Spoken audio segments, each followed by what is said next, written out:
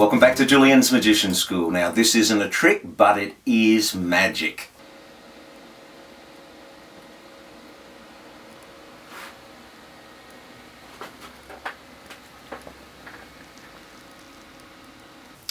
I call it elephant magic, and we're going to use two towels. Now I'm going to use a hand towel and face flannel. You can make a slightly larger one by using a regular bath towel and the hand towel. As long as you have the two different sizes, a larger one and the next size down, it'll work for you. Alright, the first thing we're going to do is we are going to make some legs. So place out the towel. So it's in a rectangular fashion with the long edges facing this way, and you're going to take the shorter ones and fold them to the center there. Now you're going to start rolling from the end towards the middle. When you get to the middle, turn it around or go around the other side, whatever suits you, and start rolling from that side towards the middle. And this is going to make our legs of the elephant.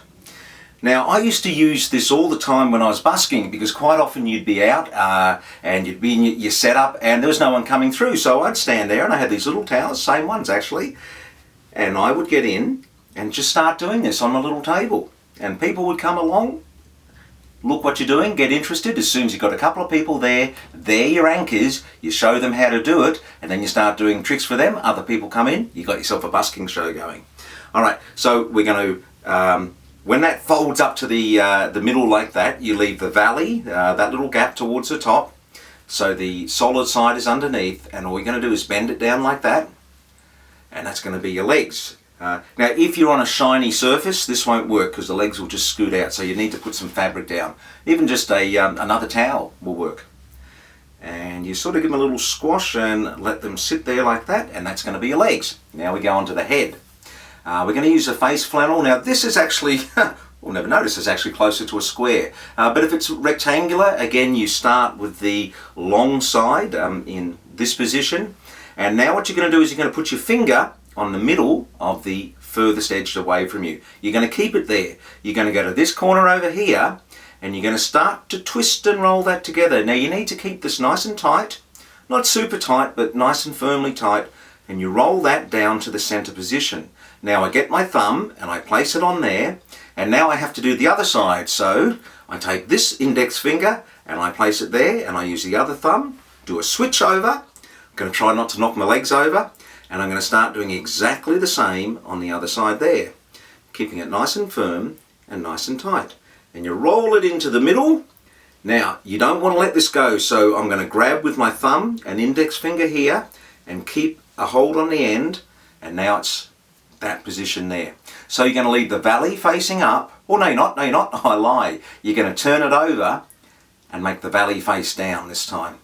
Now holding it about roughly in the middle, or maybe just a little further up, you're going to grab the middle of this long fold open flap here, and you're just going to pull it over, that's all you do, to where your fingers are here.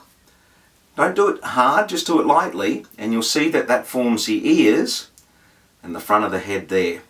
Now don't let it go, pinch all this together gently here and go to the end of the trunk and roll that trunk up in a nice tight little ball, and then give it some shaping squeeze there, and that'll undo, and you might even have to let it, just pull it out a little bit because it's probably too far up, and you end up with a nice trunk. And we place that on about there, and there you have it. There's a little bit of ear shaping there. You can put some little eyes on if you want. I'll just move this over like that. And there you have it. You have this really cute little elephant. Now I used to use this a lot when I was travelling. I spent about 20 years of my life travelling, staying in a lot of hotels. And I like to leave a tip for the room staff. Now rather than just putting $5 down and leaving it under the, the bedside lamp, I'd make one of these out of the spare towels, put some little eyes on it, put a little thank you note, put the $5 with it. And sometimes as I was going down the corridor, I could hear the room cleaning staff calling each other, come and have a look, come and have a look. It really does cause a little bit of magic, and you're not even there. Now, what about some different ideas with this? What about, could you have a psychic elephant in your psychic routine? And you can build this, and as you're talking to the people and doing a trick, can your elephant somehow reveal a chosen card? Once you know things like this, you can use them in your magic and do a lot of mix and matching. That's what I do, have a lot of fun.